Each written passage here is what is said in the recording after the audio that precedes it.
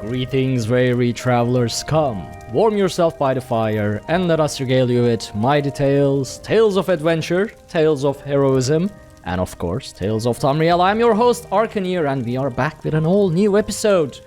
I believe 252, even we are losing track at this point. I'm joined by, as usual, our great co-hosts, starting with the man, the myth, the legend, who is now also on PC, LotusOfDoom. How's it going, Lotus? I'm doing pretty well, That's always good to hear. Also joining us, the joy of the show, the Giggle Queen herself, one of the most recent members of the Elder Scrolls Online stream team, HyperPixie Gaming. How's it going, Pixie? Going fantastic. Again, always great to hear. So, we have an all-new show today, but before I get to that, I gotta do some shoutouts. As usual, for our Patreon supporters, starting with Solus Gaming, continuing with Kinara, aka Starfalling Games, and Zymurgy, who are our champion tier supporters, and of course the Knight of DCN, John Dar. Thank you all so much for your continued support. But our shoutouts do not end there, because we have a new iTunes review, and it is the 200th iTunes review we have, and that is from MStalker5, Swell, Lady and Gents. Great show, great cast. 5-star. Thank you so very much. To the point, it's a review that does not troll me, which is rare. I'm really happy about that. Because usually, these have something about the Guar, something about the Aldmeri Dominion. So finally, it's a review that I can read without dying inside. I'm quite happy about that. If it makes you feel better, I won't do the connection thing just in case he specifically doesn't want, his tag shouted out or whatever. But let's just say that, he's not a fan of Guar, so you can even rest your hat on that little tidbit. You got off go easy. Along with it. Yeah, that makes me even happier. Away with the Guars. No, Kiz, your review was not perfect. Kiz in chat, you all know Kiz by this point. Kiz UESB from UESB. My bane of existence. So he never sleeps. Yeah, never sleeps. Always there in chat to support us, quote unquote. Right. Never wins giveaways. Worst real life RNG in history. I figured it out. He never wins the giveaways because he's built up so much negative karma at this point that he's just never going to because of his help that he provides. Yeah, maybe true. So, quick behind the scenes update. We mentioned this in the last episode, but I'm gonna mention it quickly again. Our YouTube videos are no longer public. They are unlisted. So you can either get to them through the link on the website that we post for every episode from the articles, or you can just visit our YouTube page, youtube.com/dungeoncrawlernetwork, and you will see it on the main page. It will be available there in a playlist. So details of it is explained in the previous episode. I'm not going to get too much into it on this episode. Just want to mention that again. Which brings us to the news. Because we got two tiny, not so much important news. One being, Markarth has released on PC, not on console. Sucks to be you, Lotus. But on PC and Mac. And we get to enjoy it now. I actually have a question. Fantastic. Yes. Does Elder Scrolls Online still work on Macs? So I can tell you how I play it on my Mac, which is by not using Mac OS and just by streaming it from my PC. So my boyfriend actually has it, or had it, I don't think he does anymore, on his Mac, but he played it at Elsewhere launch, and there was this issue with the Mac launcher where the second you would get in game, you just start spinning around like crazy fast. So Great. you would have to go into your security settings and change something with your mouse, or change something with Elder Scrolls Online. I can't remember exactly what he did because it was like a year ago now, but then it would work fine. I have seen people complaining about the Mac launcher, but that was the only issue from experience that I had seen. But again, that was a year ago. Right. So I think it works. The best thing I Sparky can Bagman confirms it does work on their Mac. So nice. There you go. I wanted to fixed bring it the up. spin around issue. Yep. Yeah, because I never managed to get it to work on my work Mac. So I was like, it still says PC/Mac, but does it actually work on Mac? I wasn't sure, so I just wanted to bring that up. But basically, last Monday, or past Monday, basically, we got Markarth on PC with all the amazing stuff that came with it. We already talked about them in detail, but to quickly summarize, we got 2 new zones. The Reach, the above ground zone, and the caverns. Some caverns that I can't pronounce because it's again Mushroom. so my Arc Arc Stand. It's my caverns. Okay, it's Arc Stand caverns. I own it. I'm the owner. Done. I built a stand there, so I called it Arc Stand, and I sell goodies there. That's what it is. It's basically another part of Black Reach, continued spread under the Reach. Obviously, new quests, characters, challenges, delves, world bosses, and everything that comes with the zone. Conclusion to the Dark Heart of Skyrim storyline. Be careful not to spoil it for anyone, people. Give at least the console players a little bit of time to, play it as well. And I guess eventually we will have our spoiler cast episode as well about it. Mm-hmm. Good way to end the year or something. We got the arena that Pixie was trying to do just before the stream. Badly.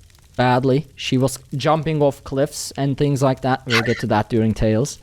I can't pronounce this for the life of me, so I just call it Veteran Hollows. If anyone knows how to pronounce it, please pitch in. I say it differently every time, but I think it's Vatashran Hollows. Is how I'm saying it this time. But yeah, perfect. Veteran Hollows. I'm just gonna keep calling it Veteran Hollows, and I hope everyone understands. We can just call it Pain. It was that bad then, huh? No. I mean, if I go in on a healer where I'm just randomly pressing buttons because I just slotted some skills that I thought would hurt things, yeah, it's that bad. I actually saw you just doing like that, that. Scythe? Yeah, Scythe, yeah. Yeah, I realized I don't know how to pronounce that either, so I was trying to figure out how to say it without sounding like shit, basically. That's what I was trying to do. So I was like, So the Scythe heals you for some of the damage done, kind of like Templar jab, so it's just like, well, with my Templar, I just jab, and profit. So that's just what I'm going to do with this, and got me to the final boss, so... Mm-hmm. It worked. It did actually seem like it worked. Maybe I can do that on my Necro Tank. Just do the same thing. Yeah. Sight away, yeah.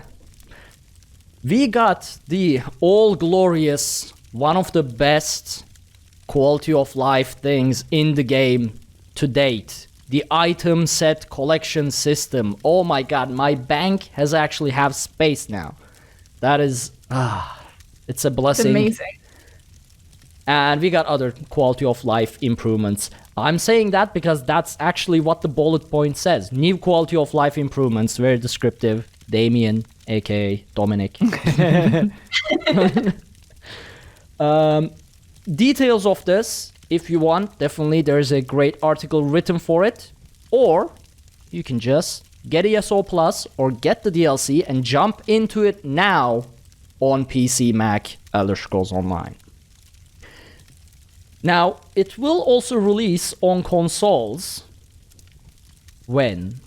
A question. I should have looked this up before the stream, but consoles. Lotus, now it's on the 9th. So it was supposed to be on the 10th, but they moved it forward a day. So I don't know how they pulled off that wizardry, but yeah, Monday, woo! Because we have long gotten thing on Tuesdays, and it keeps getting better. I mean, originally it was a 2-week gap, then it was like a 1-week gap. Well, 1 week to 10 days. A month. Yeah, and that's true. So it's like now we're down to like, okay, we knocked another day off. Before we know it will barely even have these ridiculous certifications on console that don't actually really matter that much, except that they can charge them for it. So I wonder, like, with if that gap is ever gonna go away.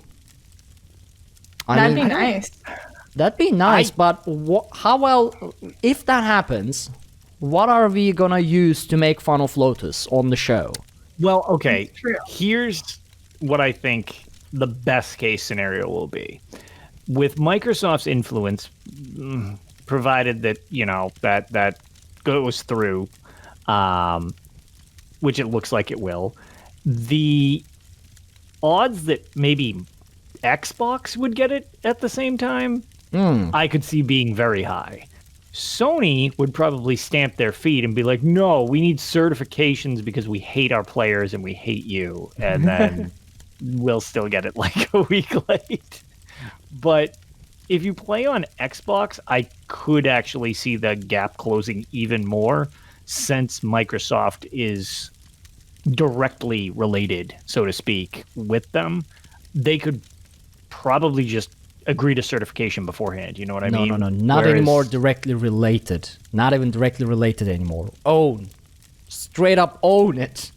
Well, yeah, valid. But I mean, like, $7 billion, Lotus. $7 billion. Well, that's what I mean. Like, since they are like connected, even in development, while it's being developed, I could see them giving, you know, Microsoft the quality team. I don't know what to call the people who just greenlight patches to go live. They could probably just let them have somebody overwatch while they're doing it, so that they wouldn't need to be that go gold period. Whereas Sony won't have that, because I mean, maybe we're now the odd one out, just awkwardly fumbling. Sony around. does it to every game, right? Correct. It's not an Elder Scrolls Online specific thing. No. Both of them technically do. It's a console thing with their like closed garden of internet structure. You're not allowed to, at least from my understanding, because again, I don't work for either of these companies, but I have talked to people that have worked there. We own Microsoft. Tales of Tamriel. We made the Elder Scrolls Online. That's why we got all the hate mail about fixing the game at the beginning. I had to buy one less Lear jet this year because of that acquisition.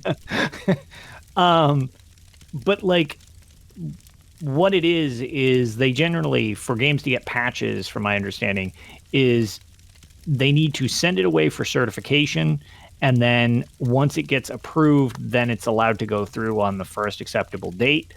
I believe it used to be longer, and I do know that there is a bypass for it, but it's kind of sketchy, and I don't know if they've done something to stop it.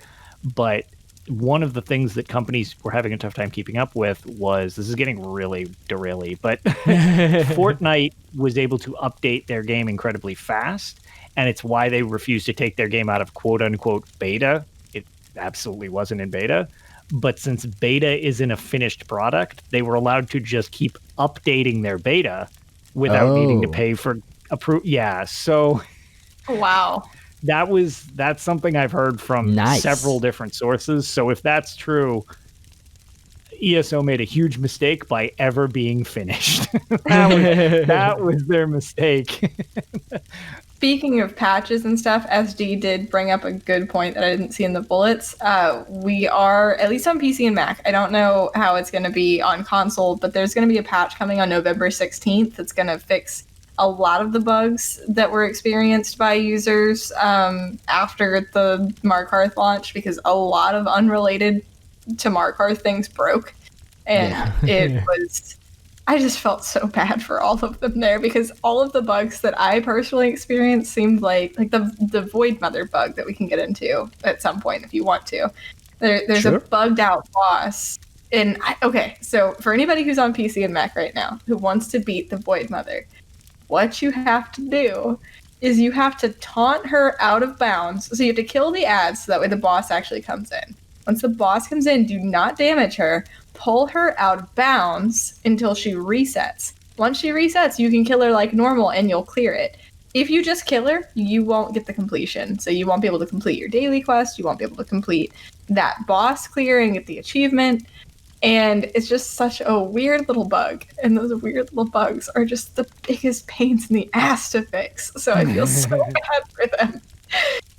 That being said, trying to get all of this mob of people to please not kill the boss before we can taunt it. And I didn't notice any tanks there because like it just died twice before anybody taunted it. So I was just like, you know what? Screw it. Threw inner fire on my healer and just took her on a little journey. You just bring her down the mountain a little bit and she resets and it's fine. And if you have inner fire unlocked, you don't even need to be a tank. Just bring her on a trip. It's fun.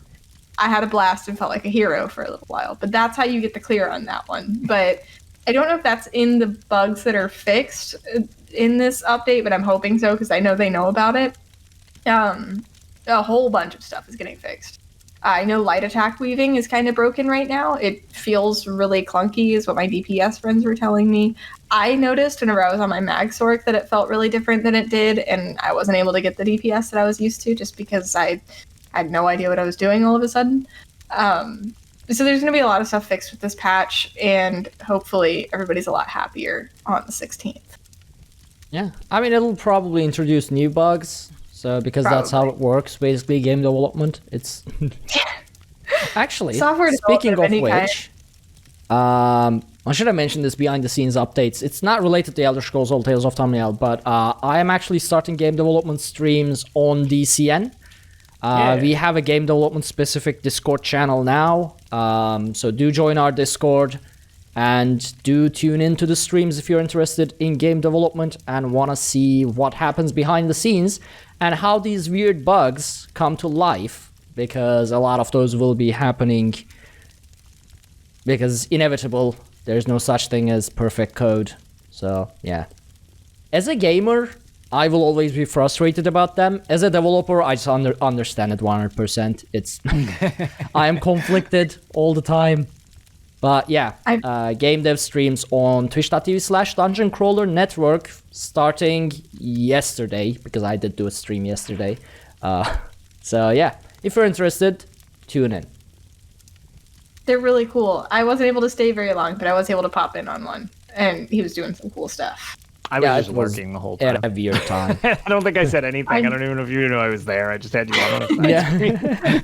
I just needed sleep. As soon as I joined, I was like, I'm gonna go to bed, but I really want to watch this at the same time. It was very much conflict. I'll do more at reasonable times, so everyone can enjoy them.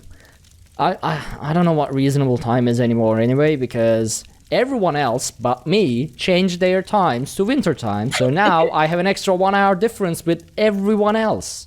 Ta-da. Like just a couple of weeks ago, I woke up having the same time with Greece, for example. Now I have a 1 hour difference with Greece. I can throw a rock and I can hit Greece, but we have an hour difference. And now we have an 8 hour difference with all these lovely United States folk, who are also my co-hosts. So now we start the show at 7 a.m., not even 6 a.m. You could do a time travel stream where you just go and cross the border to Greece back and forth and just point out your time traveling just over and over again. I can probably swim like 10 minutes into the international waters and bam, I'm in the past. Bam, new time. Yeah. So yeah, please stop changing your times, folks. There's only so many different time zones my brain can handle. Yeah, okay? And most people in America are okay with just getting rid of daylight savings time together. Yeah. It's like, are you Eastern Standard Time or Eastern Daylight Time, or is that Eastern Daytime? Is it I don't know. British Summertime? Is it UTC? What is it? I think we're Eastern Standard. Central European Summertime, and then Central European Time, and then Eastern Standard. Also, Eastern European Time, and then Eastern European Standard Time. It's come on. As Maddie points out in chat, the thing is, certain states now are not observing it. So you can be in... Yeah, no, because... It's weird. United does not belong in states of America anymore because we're not united. We just fight with each other all the time about everything. So including time zones. Within United States, so within America, some states change time and some states don't. There are some that do not want to observe it anymore, yes. Arizona is one of them. Yeah, That's going to be even more confusing. Oh, most definitely. So I just think we should do away with it. It's fine. There's also like 3 different time zones just in the US, depending on what part of the US you live in. And then if some of those and some of those time zones just don't change their times with the rest of us, I just have no idea what time it is in Arizona right now. I'm going to be honest with you. You know what the main problem is going to be? The programmers. Because coding for time zones... Coding for time zones is already one of the worst tasks you can get assigned as a developer. It's one of the absolute worst because there is so many variables and it's like you calculate the times and then you go 1 hour back in some place and suddenly it's a different day. So you have to change the date as well. It's a whole mess. And now it's going to get even worse Now, luckily, the stuff I write doesn't really make its way to Arizona yet, but I was just thinking about that, and God, that's hell. That is hell. Yeah. I'm a JavaScript dev, and I write for my boss is like a civilian library, so I'm suddenly very anxious. Yeah, I just gave Pixie existential crisis mid-show. What time zone am I in? I can't take it anymore. It's not that big of a deal because we tend to do everything in UTC. But my God, man, that would be. Oh my God. Yeah, we and that's do away the with time crisis report. Tales of Tamriel.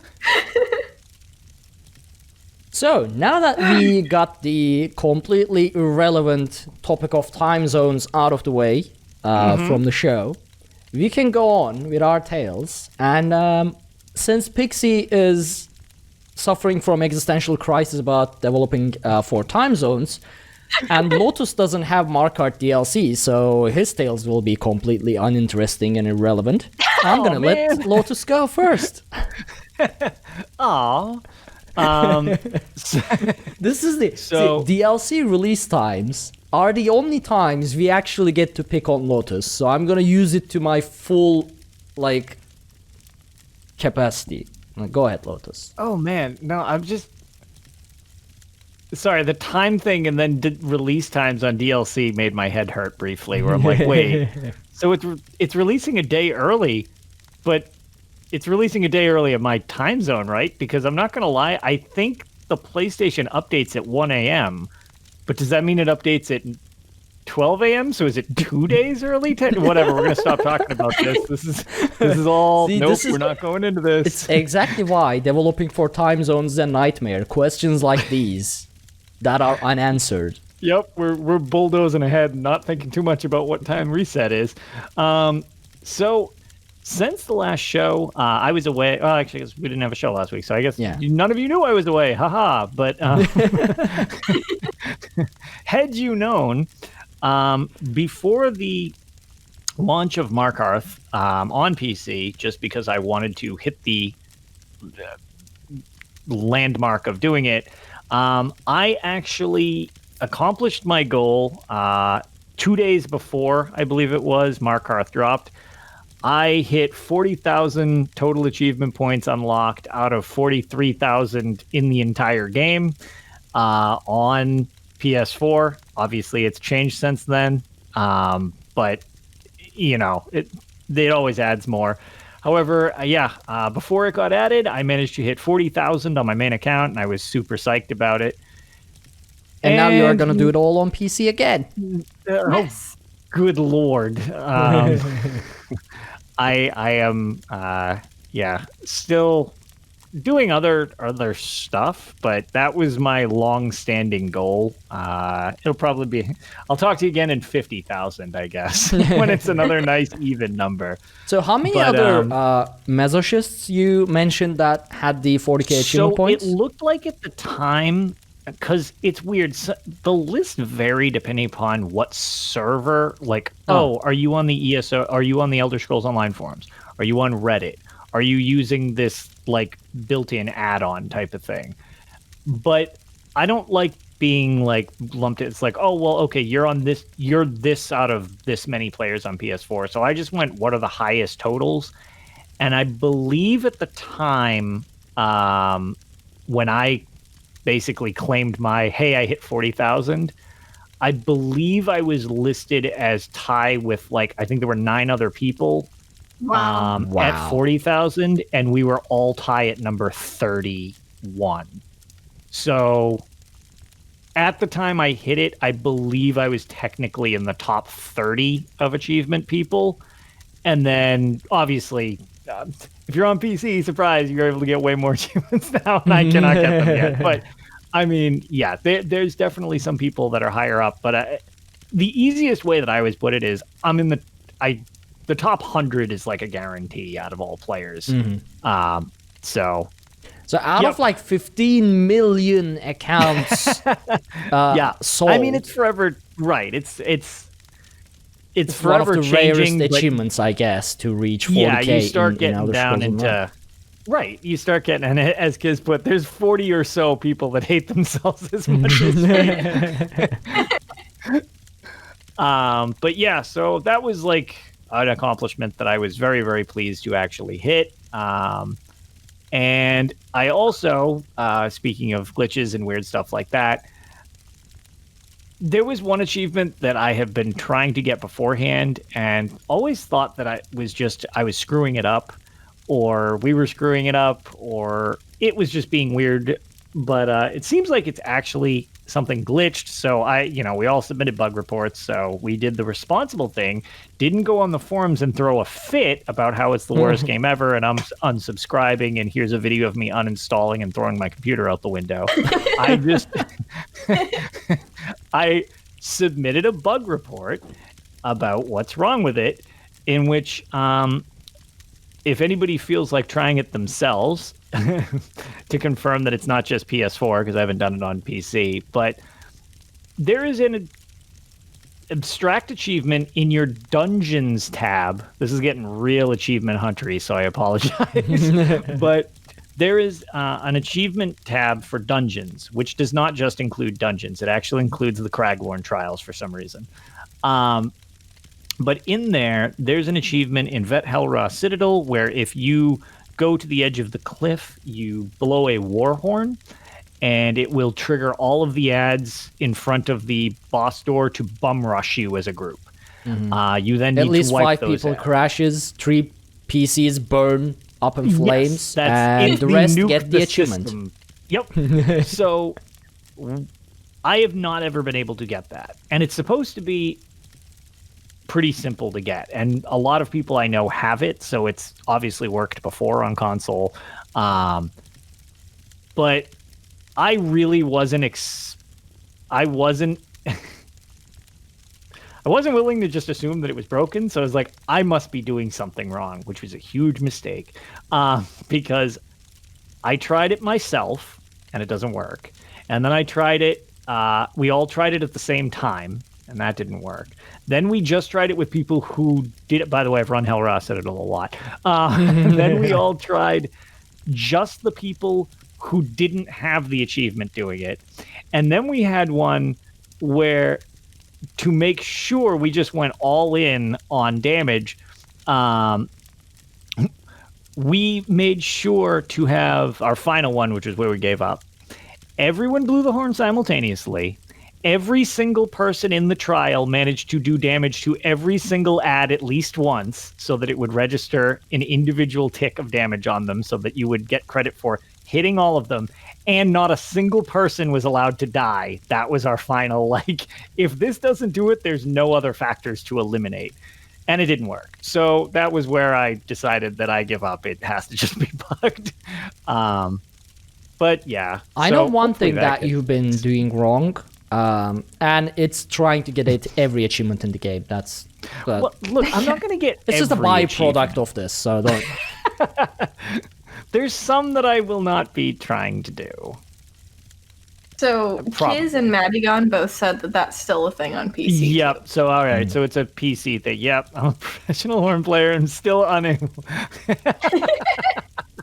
Incredible. Amazing. So yeah, no such luck with that one. I have been continuing with my Vet Cloud Rest 3 prog, which I learned an interesting trick tonight. Well, not so much a trick, but I was kind of told that I didn't realize that +2, which we've got +1 pretty well on farm mode, +2 Cloud Rest, actually, we're going to be skipping it entirely. We're going from 1 to 3 because there are 3 people on my team that are experienced. They have their skins and they've been kind of giving us tips. But because of the way that the minis come out at percentages, it will throw your well, at least their solution is it throws your timing off learning +2 because it's different than +1. It will be 50%. +3, you'll get them at intervals of 3. +2, it comes out at that weird, like, how do you divide it? So it ends up teaching you a bad habit for 3 on timing. So we're essentially trying to perfect each of the minis individually, and then it's all in on +3. So that'll be interesting to jump that. I did not realize that was probably going to be the plan. So yeah, I'll be curious. Like I said, we've gotten very comfortable with +1. Lightning flipping is very annoying with the I hate that mechanic. I don't know if it's an unpopular opinion, but main tanks should not be allowed to get that with pie slices and heavy attacks and darkness all at the same time. It's terrible. Anyways. I haven't even done veteran Cloud Rest +0 yet, so I mean we did get it to execute, we just couldn't execute it because nothing worked. I couldn't cast my ultimates. It was sad. That's not good. That's definitely not good at the end because Magma Shell is your friend. Yeah.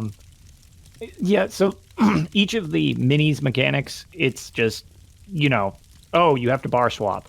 Oh, there's this fire bomb that you have to disperse amongst the group. And then there's the Hoarfrost. Basically, for each plus, that mechanic gets added to the Zamaja fight. And the big problem is when you're tanking. Yes, dodge roll the heavy attack. Let go. So RNG is a factor in Cloud Rest. The problem comes from if you are tanking Zamaja and you get the pie slice that can pull you into the lower realm, and she's hitting you with the darkness thing that you need to kite around, and she tries to heavy attack you at the same time, and you have to go to your back bar because you got pulled for weapon switch all at the exact same moment, that is horrific. You just cry. It's just horrific. Wings is... Yeah, I was going to say, wrapping wings is pretty useful. If you're in bad positioning, there's ways around it, but it's just a miserable experience of RNG that you can... But yeah, the only other thing I did is I've been on PC, and I'm still prepping for my upcoming stream as a punishment for all the excellent help everyone did for Extra Life, where I will be doing vet dungeons while jogging or running or doing the best I can for 5K. I need to make sure that I'm at least CP 160, so I'm giving it a good shot. I reached CP 100 right before this, and a lot of people are asking what my trick is to getting CP so quickly and levels. It's nothing creative. I constantly tell people dolmens in the Alakir Desert are literally like I know they're boring. I know it's not very interesting, but dear Lord, it is so easy to level. And then once you hit CP, you are dumped into a pool of enlightenment, at which point I just simply run 1 daily battleground, 1 daily dungeon, the random of each. And that's 1.2 million without a scroll. Oh, no, I'm sorry, with a scroll. It's 1.2 million with like one of those baby scrolls they give you all the time per day. so you just level very quickly. And I'm just very rigorous about it. As soon as it's popped, that's when I do it, so that I'm playing the least but getting the most out of it. So Nice. yeah. It's sad when I try doing that and then forget just by the end of the dungeon or the battleground, and I get the experience tick, and I'm like, I was supposed to use my scroll. Yeah, no, I'm very. I save it, and then as soon as it's active, I had a couple. One thing that also helped was so I've had my PC account for a long time, like because I wanted my name reserved, and I've just had them linked. I just never used it. Well, apparently every Ouroboros drop that I've ever earned was waiting for me to first log in. Oh, that's nice. I think I had 48 or 49 of them just sitting there. And it was just, there were scrolls everywhere. And so I deleted all the other junk for gems and bought one of the big douchebag scrolls for like 150% XP for like, I don't know, a half an hour or whatever it was. And that's when I would be like, okay, time for, my randoms. Boom, boom, done. Boom, boom, done. So it was like, that was how I chewed through everything. Plus I had the Witches Festival. It was a lot of experience real fast. So soon I will be capable of doing all of the things. Probably poorly because I'll be CP 160, but still. We're gonna have to get, since we'll have, obviously you two are tanks, we're gonna have to get a trial team or something together. Oh, for sure. To celebrate once you Honestly, hit 160. as long as it's as laggy as it is on NA, I don't want to do trials on NA. I don't want to go through that. It's suffer with us. There is input delay and everything on EU enough. I don't want to do it on NA. It'll be fine. Kiz does it. No, I'm not gonna be fine. Kiz is in England, and he does vet trials with us. Kiz is in England. Hold on. Give me 1 second. It's over there in Europe. Let's see. So Kiz and I have about 2,500 miles between us. What's that in the grand scheme of things, And I'm on the so I'm 2,500 miles further away than Kiz to the US servers. So yeah, I don't it's a problem. So we'll convince them, Lotus. We'll make it work. It's I don't know. At some point we need to just have all of us in one giant disaster run a trial. Just I'm 6 tanks, 4 healers, no DPS. Fine. I mean, find like 9 other people who are willing to suffer for eternity, and why not? But I mean, everyone has to agree to not sleep and be sleep deprived, just like I will be, so that everyone we have so many volunteers, and people are saying we should do it naked. It's great. This will all work out perfectly well, lag-free, no problems. No, Matagon, you can tank if you tank, and everyone else tanks, and I can only play a tank. Lotus only plays a tank. How is this gonna work? That's right. I can also play a tank. We'll bore the enemies to death through attrition. They can't kill us, but we can't kill them. Just tank the dungeon until it bugs out. That's exactly. it. But honestly, I can only play a tank. I've been playing this game for 6 years. I didn't play anything but a tank. I can't play anything but a tank. So yeah, I was gonna say I can be an okay healer, but I don't have the timing on like hitting I can buffs heal pretty and good debuffs as a well. tank. Yeah, that's probably why. I can't heal as a healer. Mediocre DPS at best.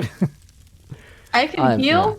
I do pretty bad DPS, as we just saw a minute ago before Tales.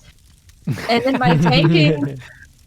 my tanking is kind of reasonable. I did Vet March of Sacrifices, and I kind of did Vet Fanglair, and I did do Vet Lair of Marsalok. That was carried through Vet Fanglair. I want to make that clear. Yeah, you were just taking screenshots, so yeah, I don't think that counts. I mean, that's another thing though. Like, I can, like, I've DPS'd my way through probably almost every vet dungeon in the game, but I usually have other good players with me. And when they're taken out of commission, I can, like, just barely scrape by. So I'm like, cool, I am, like, the bare minimum for this, like, to be useful. And I mean bare minimum. And the thing is, which is what I learned, is since it's just my PvP build, I have 0 sustain. Like, I can't sustain anything. I'm pretty durable, but if I can't kill it with my initial burst, which is what you're trying to do in PvP, I'm like, well, a lot of resources. All right, I guess I'll heavy attack 9 times in a row to try to get anything back. Like, so, yeah. Well, anything else, Lotus? Nope, that's been my experience since last time.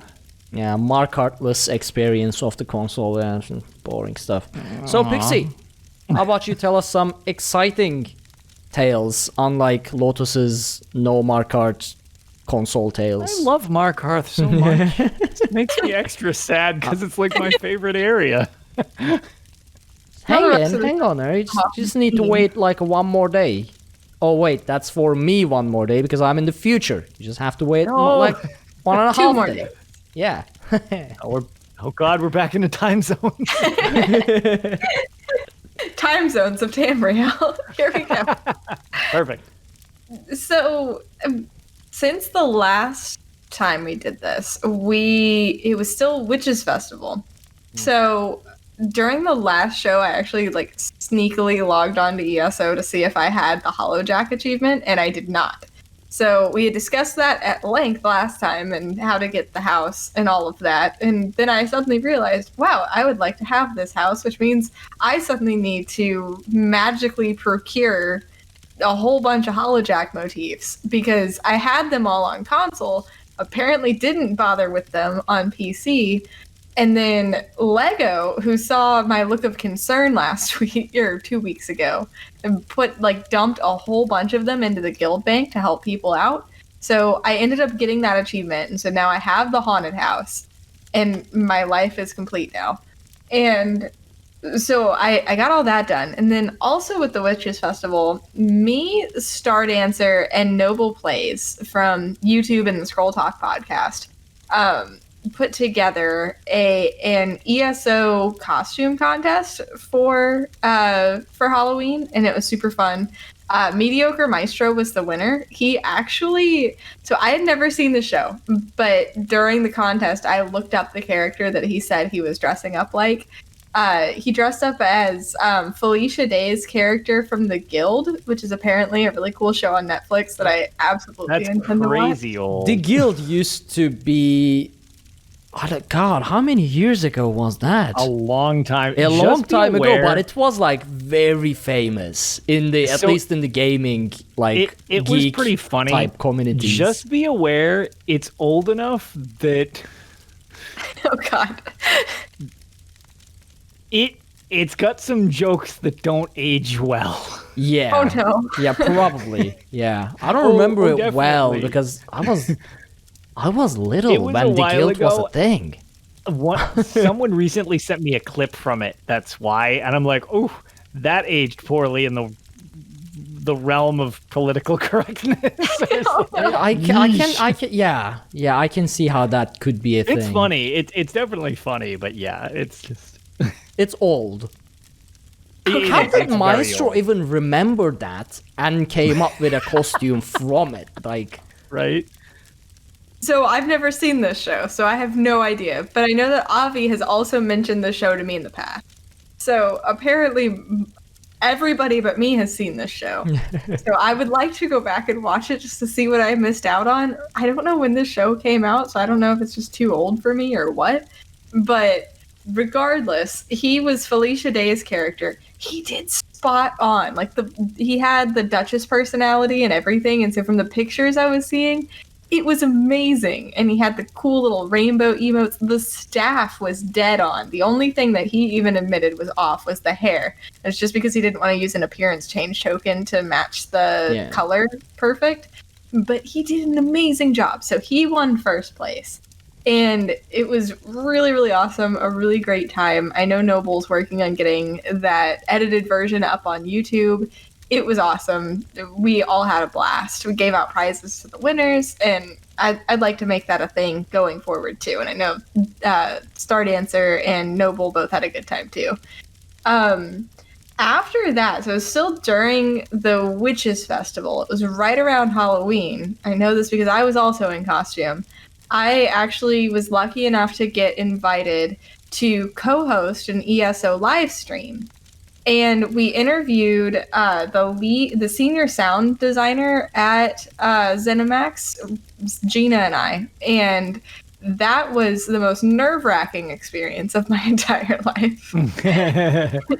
I was so nervous, and I was talking to Gina, and I remembered her mentioning that she was going to be in costume. Like, you want me to put on my Halloween costume too? Because I'd gotten something to wear to the zoo with my son for Halloween. So I was dressed up as a vampire. Gina was Toadette, and Bill was a Ghostbusters guy, and it was just fantastic. We had a blast. And during the interview, I think my favorite takeaway from it was how the sound... So if you mount up on a guar and then you start to sprint, your tune will reach back and slap the guar's butt. And apparently the way this sound was achieved in game was Bill slapped his own ass, and that's what was recorded. I love voice like sound designers and the way they come up with stuff, but knowing that sound is just Bill slapping his own butt. So do with that what you will, people, but now every time you ride a guar and you start sprinting, remember, that's Bill's butt. He's also the guy responsible for the first boss sounds and the last boss sounds of Vetmov Lorcage, which I've spent a lot of time in recently. And like that shield thing, like right before you have to go hide on the first boss, is like one of my favorite sounds in the game, that weird bass drop thing. And I love it so much. So I had asked him about it just before we actually went live. I was fangirling just a little bit. I don't know if he noticed, but I was really happy. But that was an amazing experience. So after the interview, Gina and I grouped up in game, and the immediate problem was I was suddenly group lead because she had gotten kicked out of the game for inactivity during the interview. And whenever she came back, I was supposedly in charge of where we were going. And so anybody who's seen any one of my streams knows I already struggle with maps, and I rely heavily on Kiz or whoever happens to be grouped up with me. Kiz and Bard usually are my navigators. They have to lead the way because I will just get hopelessly lost no matter how familiar I am with the zone I'm in. I was suddenly group lead, and I had like 7,000 people staring at me. So using a map to get from Morthal to Labyrinthian suddenly became the hardest thing in the entire game. But so before we even got to Labyrinthian, I actually kind of jumped ahead of myself just a little bit in my excitement there. The first thing we did was Gina said, whoever finds us in game first gets a prize. Somebody was like immediately there, just so happened to be in the area, and it worked out really well for them because they got some crowns. That's convenient. I wish I caught that part. Well, I mean, if you were on EU, I would have already been chasing you around most likely, so... You've been harassing us the entire time. Yeah. I mean, I've once spent like an hour in the background while you streamed doing the Redguard dance naked, and you just did not notice. And I've did the most obvious stuff, and I was just there in the background, just doing the Redguard dance in massive naked Nord, and it just went unnoticed. So yeah, I lost some crowns. I could have earned some crowns. I'm sorry. See all these talents. They come in handy every now and then. The first thing that happened was Gina's like, okay, we're gonna go to this delve. And then she starts running, and I just start following her because I just figured that was a good idea. She runs immediately off a cliff and dies. And then, like a lemming, I also go off the cliff, but I bounce off the side and miraculously am unharmed. So then she reses. We start running again. This time I take the lead, immediately nosedive off of a different cliff, and then die. And then she manages to ping pong off rocks to get down there without dying. So we just leapfrog daft all the way down to the delve. And we get through the delve, get to the end of the delve, and after we kill the boss, I look at my zone chat, and it's like so many members of my community who managed to join us there. I saw Kiz and Slaps and Maestro, and I was just trying so hard not to cry happy tears because they all started whispering me the nicest things. And then I looked over at chat and I saw my little hype emotes, and I was just all emotional. I'm getting emotional now. But it was just so incredible because they all knew how nervous I was because I'd never done anything like that before, and it was really touching. And oh my god, guys, you are the best, and I love you. And then She we says struggled this, to. but just during the pre-show, No, I did not say what you heard. I just heard her say. So I was, just setting up the show and everything, and she just went, "DPS suck." So I just said putting it my out there. DPS sucks. We were talking about Vatashran Hollows and the ordeals I just suffered in there, which we'll get to in a minute, since Ark wants to jump ahead apparently. I was talking about how bad I am at that. And I mumbled under my breath, "My DPS sucks." But all he heard was "DPS sucks." And here we go. I'm just saying. Well, my Discord life is going to be hell for the next 7 months. Hold on, we can make everything better real quick though, because what's the date? Okay, just a quick. What's your opinion on the AD? Oh. Yesterday wasn't enough for you, Lotus. Really? Did you hear what I said about Irene? Because you clipped the yay pack part, but did you hear what I said? Because that legitimately ripped my own part out.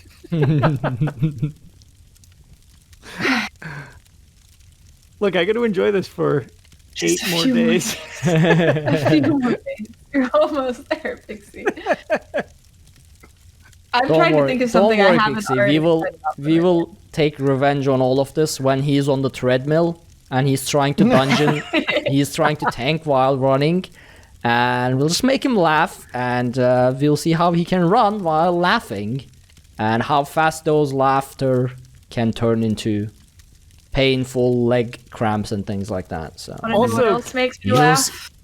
Yeah. To get out the obligatory Dominion bashing that I now have to do. Want to know what else makes me laugh? Yeah. Irene's handling of her own people who seem to not be able to be racist for 5 minutes. There you go. God, that hurts. I enjoyed This was better than I asked for. Great. Also, listen, it's for the kids. It's for the kids. It's the only reason I'm doing this. I want to know what kids said. I believe that she said her DPS sucks, meaning all of us that run with her that are DPS suck.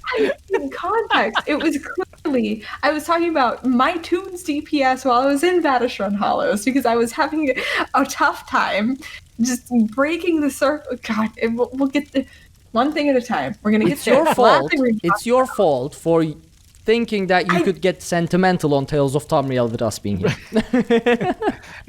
Every time we are here to ruin emotions. Yep. Every time we have a meaningful moment, we also butcher said meaningful moment. Apparently. Balance is important. So I had briefly mentioned earlier that I've spent a lot of time in Vet Mauve Lurkage recently.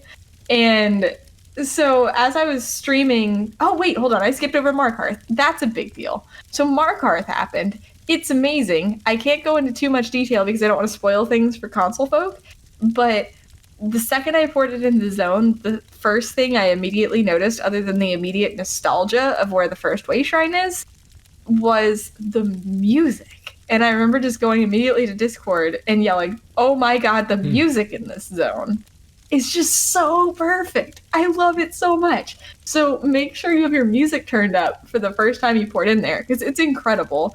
And the whole thing is gorgeous. I love it so much. Markarth feels very familiar because it's still Markarth. Like, that's an ancient city, so it's laid out the exact same. But the little Reach influences just really bring it to life. It's incredible. I'm loving the story so far. There's some bugs introduced with the patch, but my god, that zone is so amazing that I've been just kind of ignoring them as much as I can because I love it so much, and I've really been enjoying the screenshots everybody's been posting. I'm like, oh man, this looks great. So that's why I'm like, It's incredible. And I have so many screenshots that I haven't posted yet because I don't want to like ruin everything for the console players. But my god, it is incredible. So as I was doing I've been trying to keep my streams and stuff spoiler free as much as possible, other than just seeing things in the zone. So I was running around doing stuff, and Madigon actually popped into chat. And as soon as Madigon popped into chat, Lego says, Madigon, when are we taking Pixie into V-Mall? And then he responds, tomorrow. Like, okay then, here we go. So Madigon put together an amazing group to run me through V-Mall. I had never beaten it before. The farthest I had gotten was the twins. And we had Madigon, Lego, Kiz, Bard, Fabled Cow. So me, Fabled Cow, and Bard got our skins that night. Rich Lambert actually decided to join us, and that was super fun. And Rich is a no-joke DPS from everything I've seen. I saw the logs. He is no joke, for sure. No, he is no joke. He's Old probably Mama Dragon. doing some developer cheats. Yep. No. I call hacks and mushroom hollows already. Yeah, you got the trifecta. did, yeah. Yeah, I'm like, good lord, he's a beast. Like, that was quick. So Old Mama Dragon was kind enough. So one weakness I have as a healer is I have like 2 full sets that work together, and apparently I'm just real bad at farming things. So if I'm not using SPC or Olorime plus Hollowfang, like I'm missing pieces. And now I plan to remedy that. I just haven't gotten around to it yet. And Old Mama Dragon worked around me. She was the healer with me. She was fantastic and super patient as well because she already had that clear. We got our skins. It was amazing. I learned so much from that. The DPS burn was insane. So we didn't even see Lunar Phase. So I had watched Alcast's video on it, and I was like, okay, so at Lunar Phase, I need to go in the middle. I was trying really hard to like figure out when Lunar Phase was going to happen, and I saw the boss's health go to 0, and he fell down. I was like, wait a second, is he going to like get back up now? Like, is that what happens? Is he going to wake back up? Is his health going to go to full? Just like so many other bosses where they just rip your heart out as soon as you think you beat the thing, like Fang their hard mode.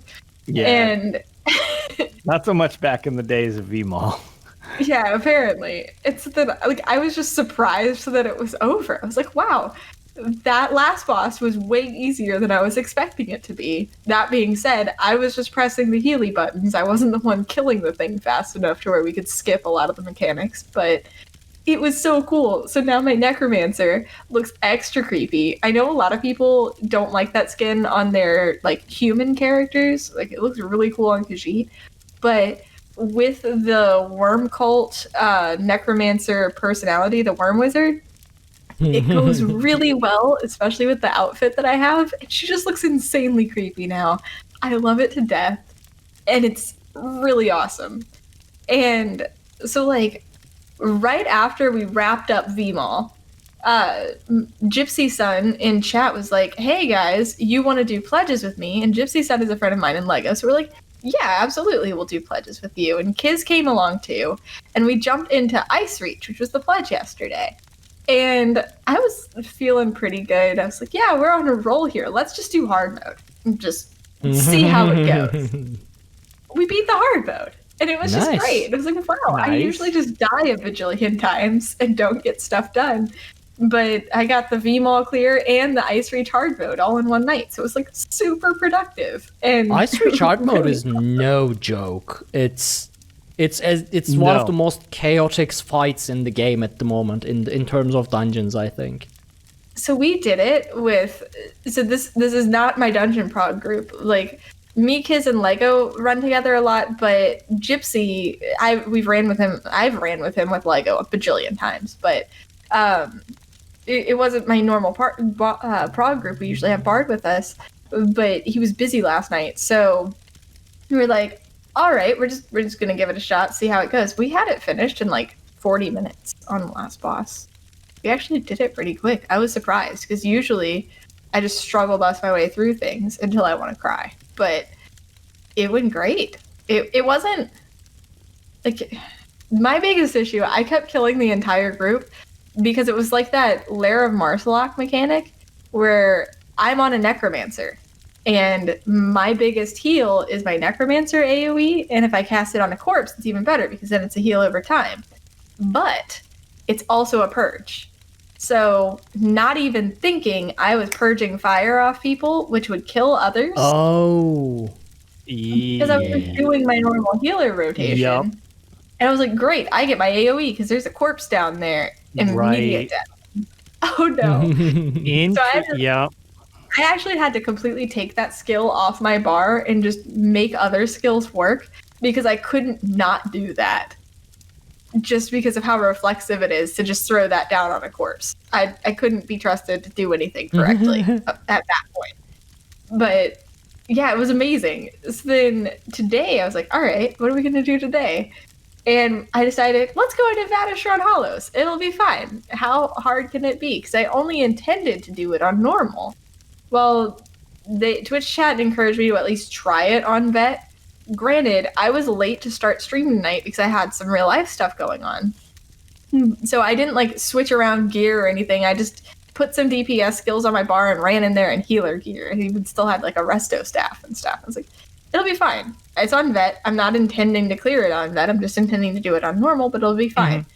Immediately get wiped at the first A-lit, like the second I walked through the It was a trash mob. It was 3 enemies. It was 2 A-lits and a Spriggan, and they just murdered me immediately. I was like, this is gonna go well. They killed me twice. Got to the Gate Guardian. It killed me a couple times. I'm like, wow, this is going really bad. I got to the first boss, obliterated. And so I was like, okay, let's do this on normal.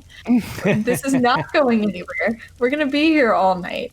And I'm not even going to get past the first like portal area. So I go back in on normal. Everything is suddenly way meltier than it was. First portal was fine. The green one, it had some, I don't want to spoil too many mechanics, but the final boss there is really fun because there's a grappling hook again, and I just like the grappling hook. The second arena wasn't bad. I went green, blue, and then red was my last. Blue wasn't bad. It took me a little bit to understand some mechanics, but it wasn't bad. Get into red. This giant Nixad. So you know, like the little chattering evil fairy looking things that are kind of adorable but also kind of creepy. A really big version of those. And chat had to help me because I just had no idea what the mechanic was. Yeah. I was just slow. It was okay. If you want to go in blind, please stop listening for the next 60 seconds or so. Wait. So signal me when you are done because I want to go in blind as well. Okay, I don't give crap. So I was gonna say I got this. I'll give so many thumbs up you won't know what to do. So basically, you remember what you did in Castle Thorn hard mode? Yep. So where you were trying to aim the thing? Oh yes. This time you do have to aim the thing. Really? Yes, you have to aim it on a geyser that's spewing out lava to plug the geyser. And I was just one DLC ahead, damn it. You were so close. And what I was trying to do was drag the Atros like to make them stomp it. And like at first it seemed to work, but turns out I just did the mechanic on accident because I was just button mashing the whole time. And Ark is mimicking my hand gestures. I love the Ark pantomiming if you're watching the video version of this. Okay. So I think that's all the spoilers. But yeah, it took me a while. So Ark can listen now. Yep. At least until we get into the final boss, which I think Ark kind of saw some of the final boss. So yeah, no, we saw you explode. Yeah, I saw you jump off the cliffs. I didn't. Okay, so the rest of it went fine after I figured out that mechanic. Got to the final boss. At this point, Tales is starting. Lotus pops into chat. It's like, we're live. It's like, I'm about to fight the boss. You guys got like 10 minutes, maybe? 5 minutes? I don't know how long this is going to take. And he's like, yeah, we're in no rush. I jump into the puddle of doom, and I am greeted by the creepiest freaking boss ever. And she moves real weird. And I start fighting, and suddenly it becomes a thing with single target DPS, where I have to do a whole bunch of damage, but I'm on my healer. That's not a thing. Damage is not in my vocabulary.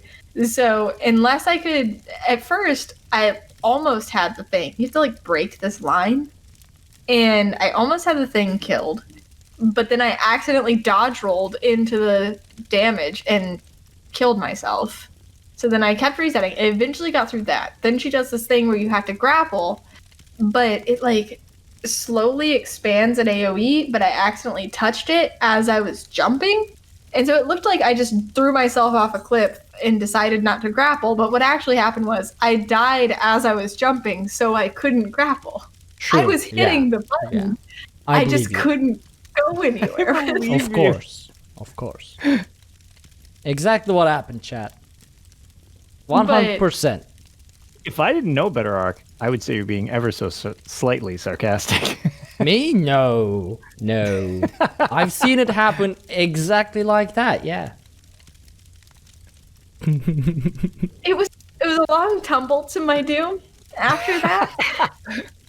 Where I just had time to think about life and my choices to this point and realized I should have brought in one of my 2 DPS tunes that probably would have been fine.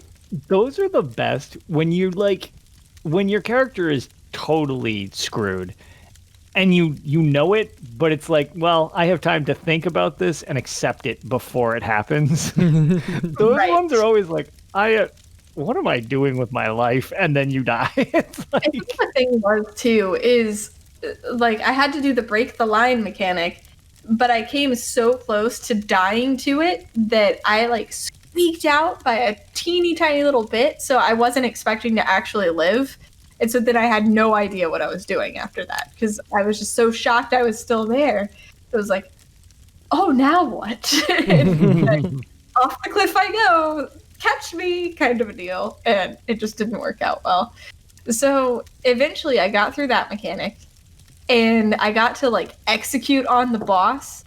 But then the break the line mechanic happened again. I didn't have ultimate. I just didn't have the single target DPS with what I was doing to actually get out of that. So then I died and I decided to come hang out with you guys instead of yelling at the game.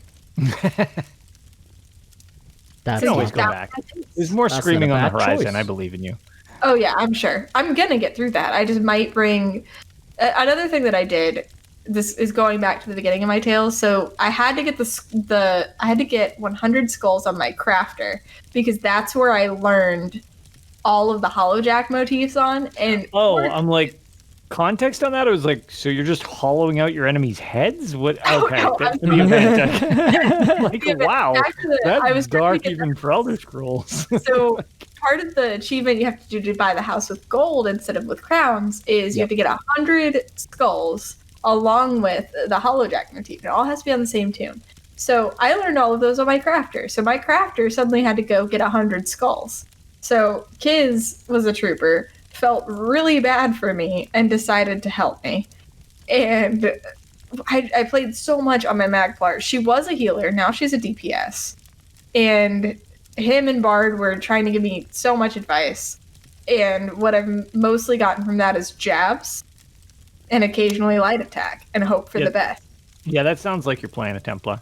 Yeah, and so I think next time I'm either going to bring my Templar or my Magsork in there and hope that it's less painful. I think either one of them would be fine. I don't know which one I'm going to bring yet. And I know Kiz and Bard are going to say bring my Magplar because that's their mains and they love it. But I don't know. I do better DPS on my Magsork, but survivability on a Magplar is really great. But I'm going to bring one of those two in next time I go in. But yeah, that's my Tales for real this time. Yeah, that's good. Now, my Markarth experience has been quite different because I also wanted to explore Markarth. I ended up exploring everything outside of Markarth. And quite literally. These were so great. I loved these screenshots. So, as usual, I was trying to get to a high place to take screenshots from like high up the mountains, you know, down towards Markarth and things like that, trying to find some good sceneries. As I was trying to jump on a mountain that was protected by an invisible wall, which I get really annoyed about, so I try to get like, I will overcome this invisible wall, which never really works. I bounced off a rock that I was jumping. You know how when you sometimes like jumping off a cliff and you just bounce off of it? That's happened to me as well. And I fell on the other side of the mountain after the bounce. And I dropped in this like very nice scenery, right? I think it was sort of overlooking towards Western Skyrim. And it was the sunset and it was beautiful. And I was live as well. So I was like, okay, well, we found a very nice spot for taking a screenshot. So I went away, took a break, grabbed something to drink, came back, took some screenshots, found a like windmill, went up to the windmill, tried to figure out the new video settings, which is like depth of field. I played around with those new video settings that the game got. And then I started running towards that scenery so I could take a better screenshot. And then as I ran, I realized things started to get very empty. And I looked at the map, and I was outside the boundaries of the Reach, the new zone. So at that point, I was like, wait, what? I zoomed out of the map, and I realized I was sort of in Western Skyrim, but not in Western Skyrim. Like, the game thought, location-wise, I was in Western Skyrim, but actual area-wise, I started to go in the middle of nowhere. Then I realized I actually did overcome an invisible wall, and I was outside the boundaries of the game. So, at that point, I went on exploring. Now,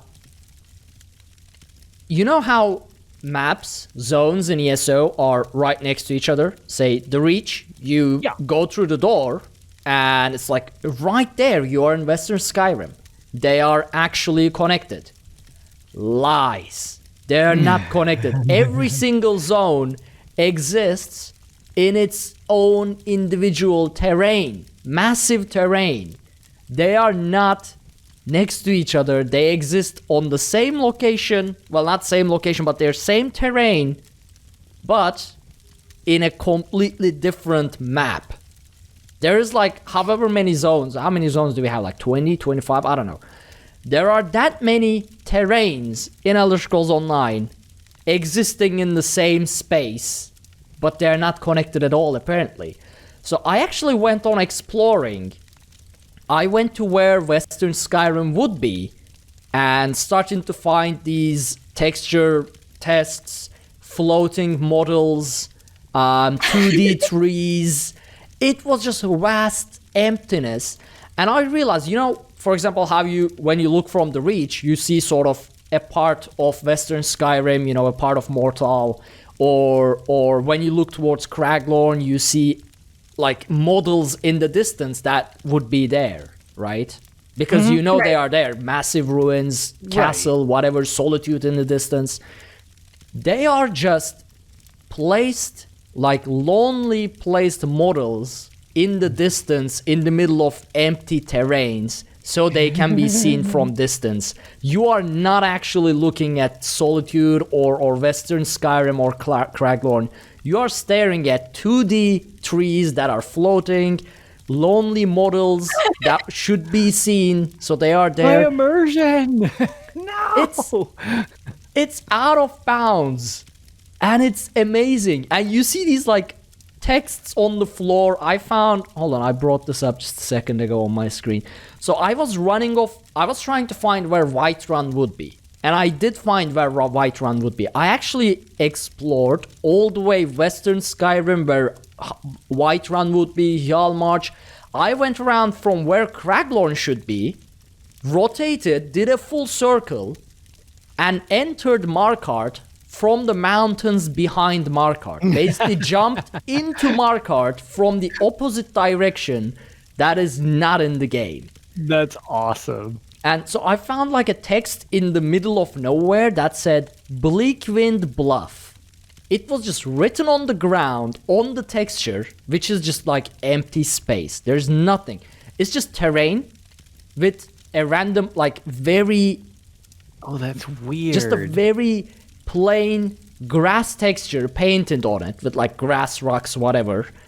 And it just says Bleakwind Bluff. That's it. It's sort of painted in this teal color. And I found like random... It's a mess. And I realized... Yeah, go ahead. So the only thing that this is making me think of, I actually have no idea where this video... I wish I could reference this exact video. It might be just like 10 unusual things in ESO. It's an older video. But it made me think of it when you were talking about like there's the words written on the ground.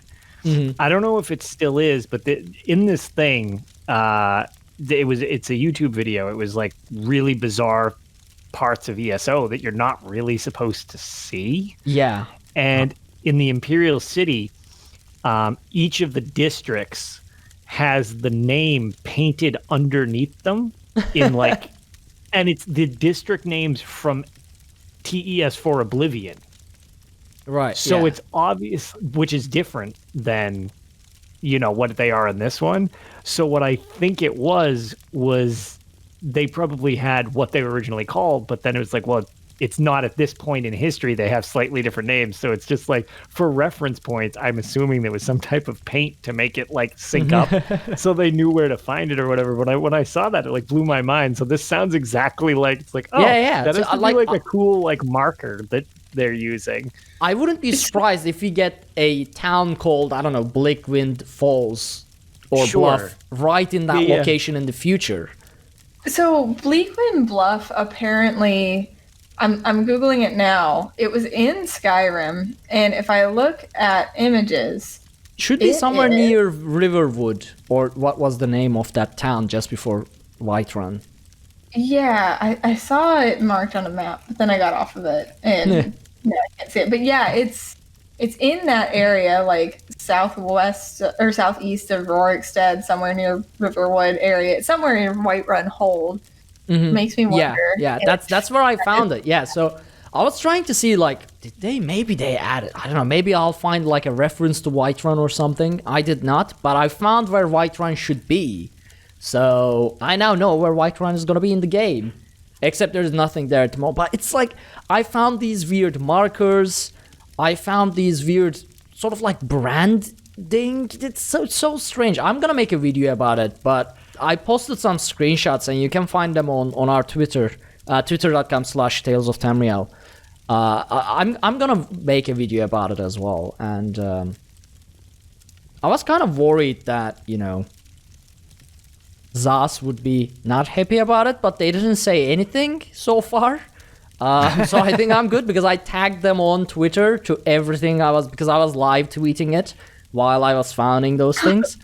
So I think I'm good. Immediately gets banned while he's streaming. Yeah, I was live tweeting. So yeah, it's so strange. It was such a great find for me because I now know how their map system works, but yeah. I always assumed they were just connected, You would just like go from one part to the other part and they would actually physically be there, but no, they are not. They're not. It exists. Pretty cool though. Yeah, it is. So yeah, that's my Markarth exploration. Oh, by the way, basically, once I did jump into Markarth from all the way up the top of the mountains where you're not supposed to be, I was actually in the city. The map loaded, the NPCs loaded, everything That's pretty loaded. Impressive. Yeah. I was actually, like, the game straight up registered me in the city. NPCs loaded in, dialogue started, players started running around. I was like, with the snap of a finger, I was actually back in the game. Wow. And it was rather easy to reproduce as well, because Ishii just straight up followed me, and I didn't even show you where it was. He just had a general idea of where I fell from, and we just explored for a bit together. And I forgot him because I was super excited, and I ran off. He did travel to player, and he just stuck right by you and you didn't even notice. He was probably even dancing Redguard in the background. Actually, if you travel to player while someone is there, it just puts you to the closest way shrine. Like, I was actually looking at the map where players are from outside the boundaries on the top of some mountain. It's so strange. It is. I don't know. I find that stuff fascinating. I just think it's funny. Like, those are the type of things that I would consider like a harmless glitch. It's like, these are fun. Like, obviously it'd be great if they can. I mean, it's essentially like, okay, beta testing for that. It's like, okay, we'll need to fix that. But like, when I encounter something like that I always find amusing. Not like, I beat this boss, but he doesn't die at 1% health or something. Not that that's like a thing I've run into in this game specifically, but there are games but like stuff like that, I really enjoy. That always entertains me. I'm so glad I got to experience it and record it before it gets fixed. So before they inevitably fix that. So my other adventure, the Arkhaniir Pokestick adventures with the Aldmir Dominion questline, that is continuing. I've actually finished the Auridon, so Kenara's Roost and Auridon main storylines, not with the side quests, but the main storylines. So I've saved Queen Iran a bunch of times, unfortunately. I've saved some other elves a bunch of times, unfortunately. I did get to doom one very important high elf for the Dominion to his demise and basically locked him up for eternity with some crazy Marmer ghost. So that was good. His assistant said... Quest. Yeah, his assistant said... So the game gives you a choice, right? Are you going to save this high elf and doom his useless Bosmer apprentice? Mm-hmm. Or are you going to, just doom the high elf? And his apprentice went like, oh no, but he's very important for the Dominion. You should save him and doom me instead. And I was like, okay, nice to know that he is very important for the Dominion. Obviously, he got locked up forever. So that was one damage that I was seems very reminiscent of my actions. Yeah. Okay, yeah. So I do have to jump in here. I also locked the old dude up. Perfect. But it was because my reasoning whenever I have to doom a character is which one has more life left to live. And that dude was older, so he died. Because the other one was like super but the young, thing is, and that he was doesn't die in there. It's just eternal suffering. It's fine. It's like eternal suffering, which is better because he's a high elf, and he was important for the Dominion, so that worked out really nice. Well, she would go on, I'm sure, to be important for the Dominion. But that Bosmer, she was barely able to fight off some skeletons while doing some casting. She's definitely not going to be important for the Dominion in the long run.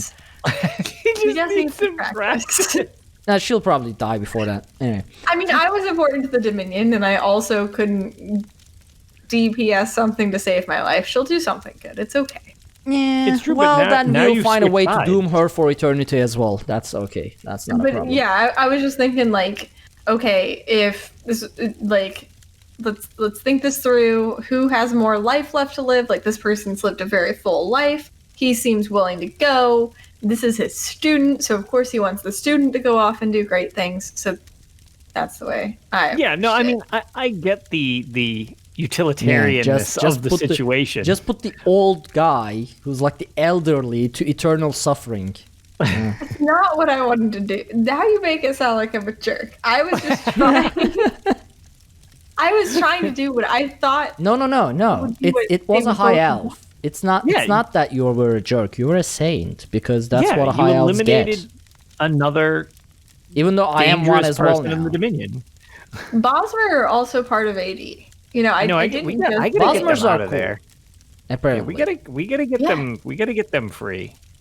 So basically just kill all high elves, including my character, please, because I've been trying to find a way to kill him. And he just doesn't die. Akatosh just spits his soul back, because even Akatosh doesn't want to have anything to do with a high elf soul. So I get myself killed. Someone just spits my soul back into my body. I get myself killed. Someone just spits my high elf soul back into my high elf body. I haven't been able to get myself killed off. So, and in the process, because I promised, I've been helping, unfortunately, Queen Iran, this cool Raz character, who's the Aldmeri Dominion's version of Naryu, apparently. And he's just tricking me into helping Queen Iran all the time. And now I'm Eyes of the Queen, apparently. And the dialogue option forces me to call her Your Majesty, or Your Highness, or my...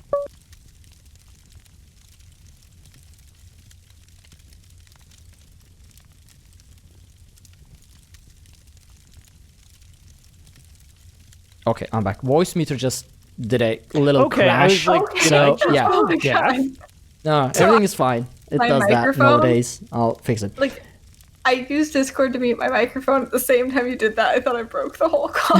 Both of you looked like you were still going, which I guess was the other microphone. And on my end, I just heard boop, which I assume was you turning yours off. So I was like, okay, so did my eardrums just blow out? Because like I don't hear anything.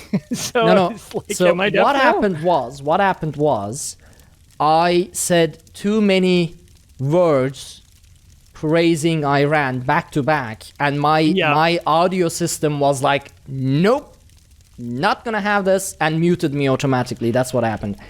But yeah, so basically, I've been helping Queen Iran get like approved by her ancestors.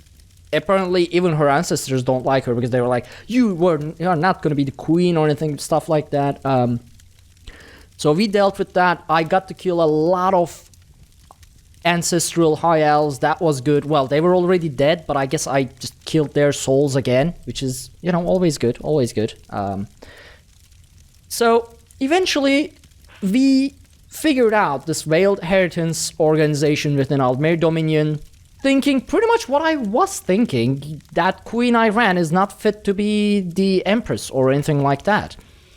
And they are trying to murder her, which again, as I several times mentioned that Aldmeri Dominion would try to murder her. Apparently it's in the story that I had never done, so...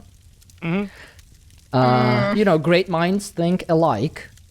And anyway, we figure out that one of Iran's very good friends, High Kin Lady Estre, or Estre, whatever she is, whoever she is, also the, I think, wife of Queen Iran's brother, Prince whoever, is the Veiled Prince Queen, the betrayer, the one who's trying to stab Iran in the back. So that's how far messed up the Aldmeri Dominion society is.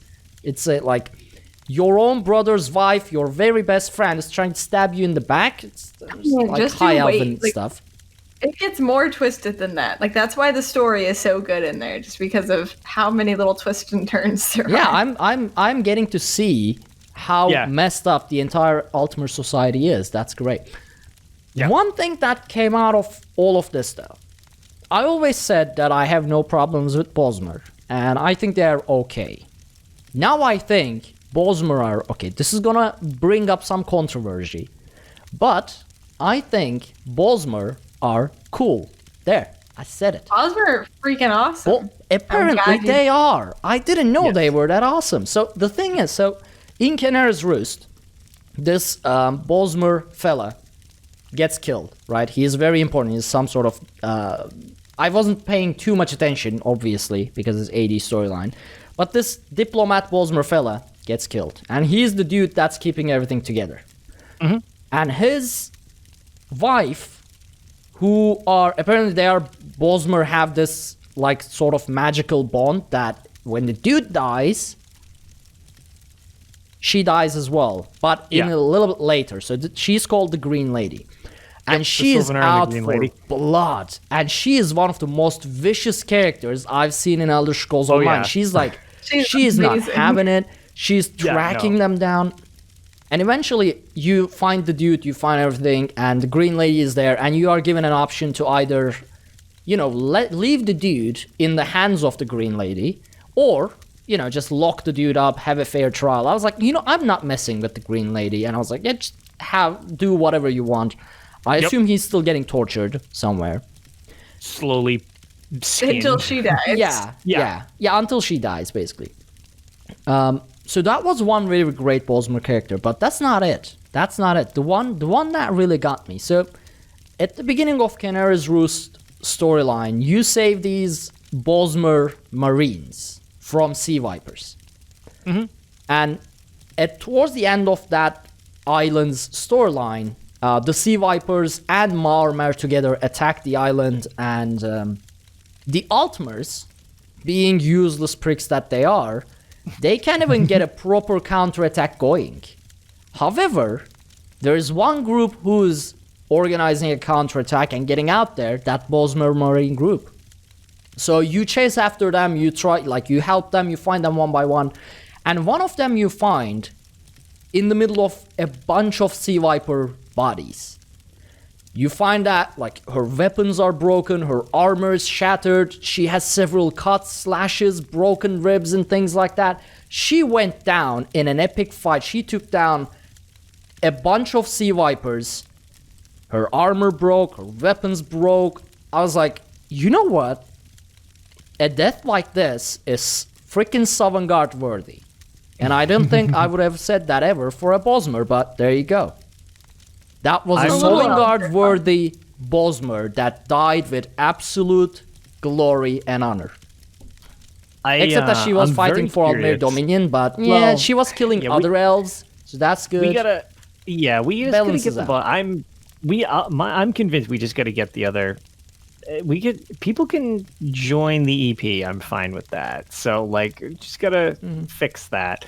But I'm very curious when you get to Valenwood for the stories, because one of my favorite ones is, without going into it, is the Wilder King storyline.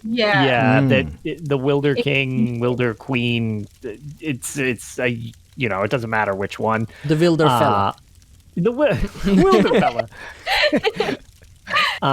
I love that story, and that I was very curious to see what they would do with Valenwood. And when I went through it, I was like, okay, this is awesome. That's actually one of my favorite. It's a pretty involved storyline, but that one's definitely one of my favorite when you get to see all of that. I was like, okay, well, this is super sweet. It's your entire Green Shade storyline. So once you get to that zone, it takes up the entirety of that zone. And it is, I agree with Lotus. My top two favorite are Sylvanar and Green Lady storyline, and also the Wilder Queen, Wilder Kings, Wilder Fella storyline. Yeah. It'll make more sense when you get there why we keep saying all sorts of different ways of saying it too. It makes more sense, but I don't want to go into it and just ruin it for anybody who hasn't played it. There's reasons why there's multiple. So if you haven't played it, go ahead and play it now, because I would like Art to go into detail on it whenever he does get there. I will go into detail because this is the original storyline. Right, yeah, that's the thing. Yeah. Play it fast. Right, this is definitely past the, when discussing the original 3 faction storylines, the statute of spoilers is a little expired. It's been 6 years. Yeah. I think I got through the worst part, which was the Auridon, with the Queen I ran mainly. Now it's going to be Khajiits, Bosmers, I'm hoping, less Altmers. So I hope it's going to be a little better, but if I get more Altmers to kill in the process, it's all fine, that's... It's basically a whole lot of Bosmer, a little bit of Khajiit, and then a touch of High Elf sprinkled in occasionally. Okay, yeah, I can just kill those sprinkles of High Elves. And is Prince Namor still working with you? Who? Yeah, from what he said earlier about how his wife, I think... Yeah, I think I can answer your question without you. No, okay, last thing that happened is I killed the Veiled Queen, or whatever the name was. Yep. And Iran was like, this was necessary. And then the brother came in all upset and angry, you just killed my wife. And I was like, well, your wife was a traitor. And Queen Iran was like, it was a necessary kill. And we were like, well, it was an Altmer, so obviously it was necessary. So there was this little family moment. I did bucket splash on both of them to, get them to their senses. They totally ignored me. I don't know why. So that was where I left. So we didn't really have a conversation with the prince. Okay. I was curious if you had talked to him yet. No, not yet. Not yet. I think you'll enjoy his involvement eventually. If he's plotting to kill Iran, I can get on board with that. Or if Iran is plotting to kill her brother, I can get on board with that as well. You'll be. If anyone is plotting to kill any Altmer, please call me. You can reach me on twitter.com/Arkhaniir. You can find me on your Discord. If you have plans to kill Altmers, I am very on board, and you can finish it off with my character, Elfanir Pokestick, as the final kill, and rest my very soul from this torture. Yeah. So. All right. Well, that went a bit more extreme in the direction than I planned, but all right, I'll allow it. What have we learned on Tales of Tamriel today, kids? We've learned that Arkhaniir is a genocidal maniac. I mean, to be fair, I learned that a little ways I was back. gonna say, like, that was a known thing even before I was on Tales of Tamriel, let alone I was hosting Tales of Tamriel. Like, it's just a little extreme lately. Now that you're in the land of the High Elves, because I'm exposed to it. Culture. Because I'm exposed to it. Like, before, I was just staying away from all of Altmer Dominion and all of Altmers and just, like, hated them from afar. Now I'm exposed to it. I have to call in the dialogue, because it's the only option, call Queen Iran, things like my queen, majesty, or blah, blah, blah, things like that. Also decided to loudly proclaim for the queen at random. I was skipping through dialogue because it's Aldmeri dialogue. I didn't care about it. And apparently the final option was for the queen. I was just pressing E. And then as my finger was going down on that E, I saw it. My brain registered the option for the queen, but the signal from my brain couldn't travel fast enough through my nerves to my finger to stop me from pressing E, and I pressed E, and I ended up saying for the queen. That does not count. I refuse. I think it counts. No. What the hurt once, Ark. I will kill 100 more elves to make up for it. Well, at least you're heart and sword are in the right place. That was only the second part of Elfanir Pokestick Adventures. Stay tuned for third part, all of which I stream at twitch.tv/Dungeon Crawler Network, so stay tuned. Right, so another thing I've been doing was, I've been running Castle Torn. I've been running Castle Torn,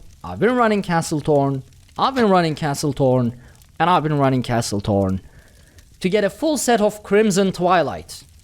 I got a full set of Unleashed. I got a full set of Talsvig, whatever. Yeah. I did not get a full set of Crimson Twilight, obviously. Because that's the one I'm looking for. I need a weapon, and I need a shield. I don't even need the jewelry. Of course you need a shield. I was going to say, of course you need a shield. Yes.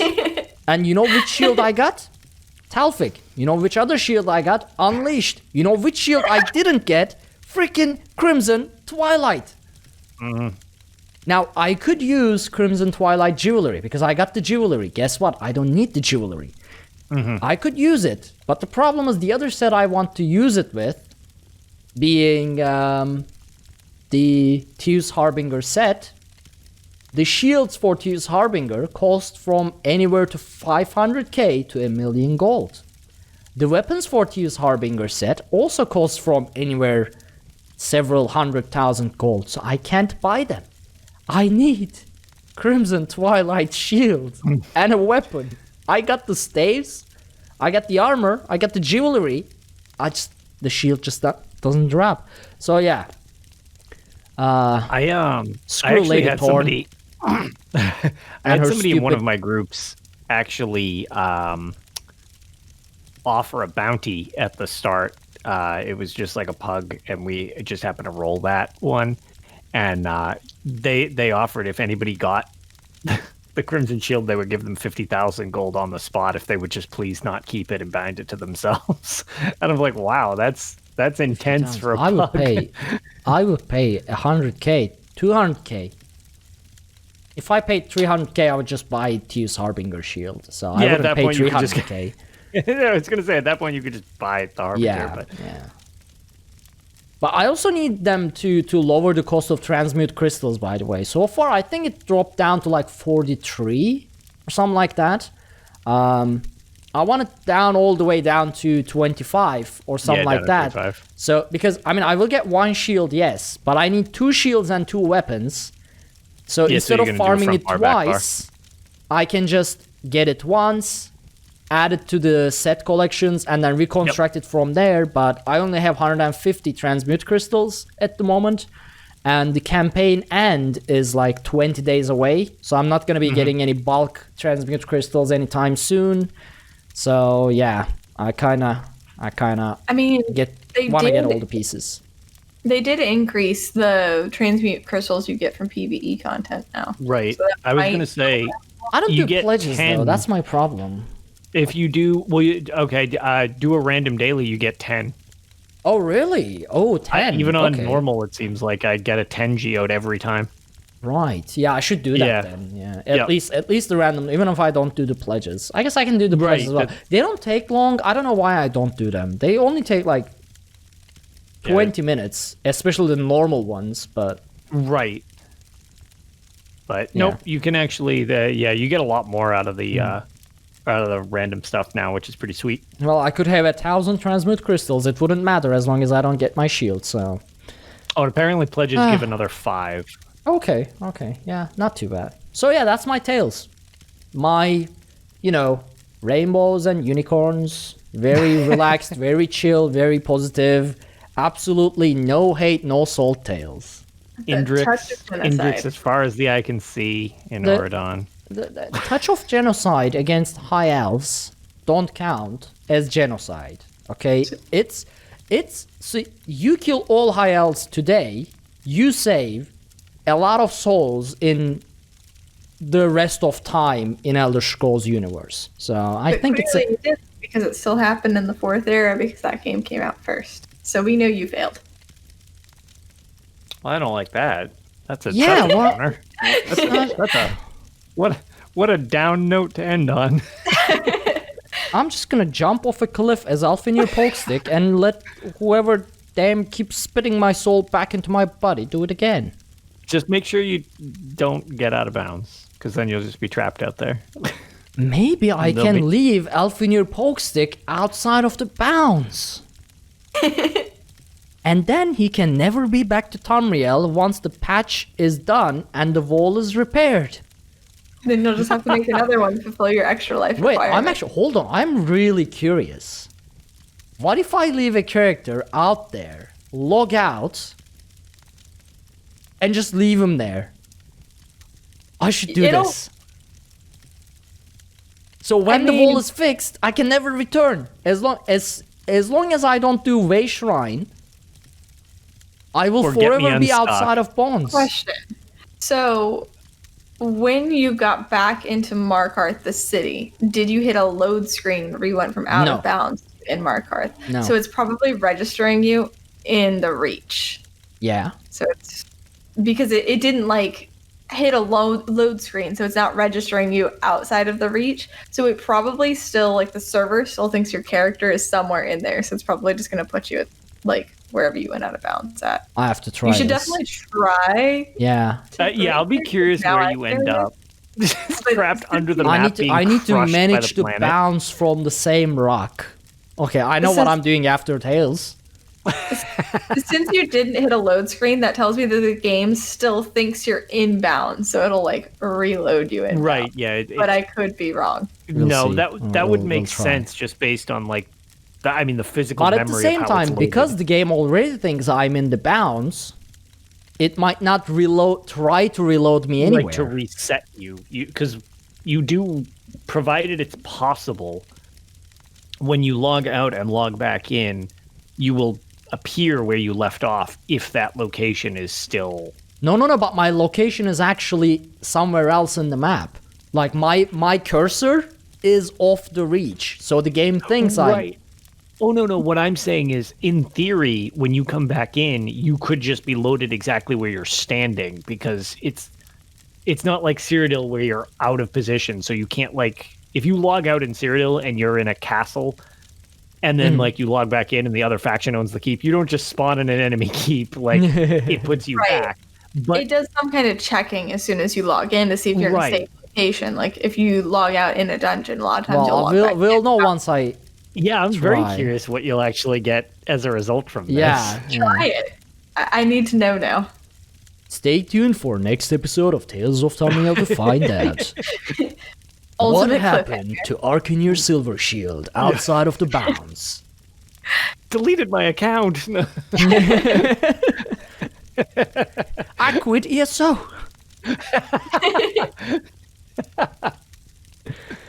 So yeah, that's it from me for this week's Tales.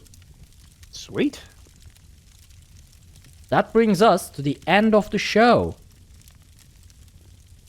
Any final thoughts, final words?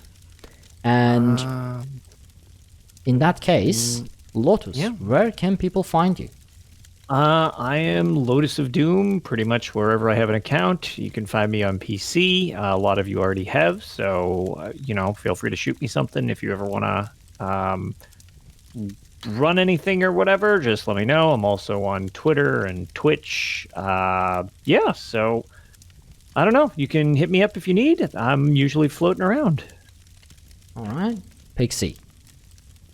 You can find me on Twitch at HyperPixie Gaming and on Twitter at HyperPixie Games. You can also find Pixie in the front lines in the war against Aldmir Dominion for the next 8 days. 8 more days. 8 more days indeed. 8 more days. I'm At this so point, close. we are gonna have to fight each other because Elfenir Pokestick fights for the queen, unfortunately. So Say for the queen a little louder with a little more enthusiasm for Tales, please. Did you hear what I said earlier? You have to do it. for the queen. A little more heart into it, Ark. You can follow everything we do over at I've said it enough. Okay, I said it a bunch of times throughout the show. I don't want to say it again. One more time and then I'll leave you alone. I promise. But you have to make it good. For the kids. For the kids. For the I queen. heard There's a smile as he says it. He loves us. It's a painful smile. For anyone who's not watching the video version, it's not a true smile. It's a smile of tragedy. It's a smile of He's so happy pain. right now. No. He even said Bosmer are cool. He's warming up to 1/3 of Bosmers are them. cool, yeah, apparently. Yeah. I will not deny that anymore. But I will continue killing every high elf that I can kill. So I mean, you like 1/3 of us so far. Wait until you get the Khajiit too. Lego, don't make me ban you from chat. I've said it. That's enough. I'm Arkhaniir. You can find me anywhere that is Arkhaniir. Arkhanir. It's a made-up name, so if you see it, it should be me, unless I have a copycat. I'm on Twitter, and I'm on our Discord, which you should definitely join for all the shenanigans. And you can follow everything we do over at dungeoncrawlernetwork.com. There you can find links to all of our social media, including Twitch, YouTube, Twitter, and Discord that I just mentioned. Be sure to check out our Patreon at patreon.com/dungeoncrawlernetwork, where I post some exclusive content, including our pre-shows that you only catch live, and our post-shows that you don't even catch live because we don't stream those. Also, if you want to support us in a different way, you can consider leaving us a 5-star review on iTunes so people know that we are a real podcast, that we say real words, and sometimes they matter, especially when they are against Aldmir Dominion. Thank you. For the queen, apparently. No. We are. No. Thank you all so very much for joining on this episode of Tales of Tamriel, and we will see you all next week. Have a great night, everyone. Bye, everybody. Bye, everybody.